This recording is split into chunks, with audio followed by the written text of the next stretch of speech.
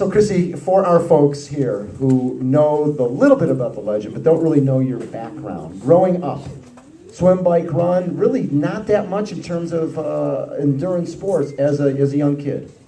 No, growing up I was always really sporty, always very self-motivated, driven, determined. Some would say obsessive compulsive. Nobody would say that. No. But I channeled all of those characteristics into my academic studies. So excelling academically was what was important to me. So sport was something I did recreationally. I did it for fun and as a means of seeing my friends. And I kind of carried that philosophy all the way through to university. I graduated from university and I thought at that point that I wanted to be a lawyer. I think I wanted to give myself a label, sure. Someone that, had done well academically. Yeah. You wanted to be something. So I decided I'll be a lawyer. So I signed for a law firm in London and they fortunately let me go traveling for what they said would be 9 months, but I came back 2 years later.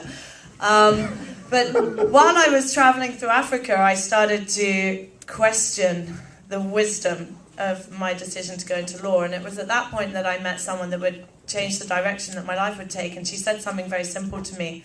Her name was Jude, a South African girl, and she said, "Chrissie, look deep inside yourself and work out what your passion really is." And I have to admit, at that point, I'd never done that, and I did just as she advised, and realised that my passion ever since I was very young was international development.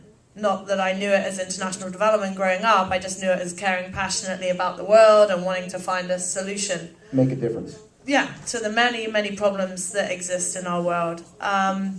So coming back 2 years later, I decided not to pursue the career in law, but instead to do a master's in international development, international political economy. And it was then I started running.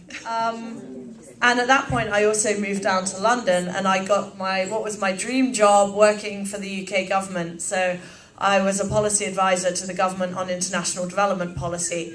Absolutely loved the job. So I worked in that job until September 2004. I was still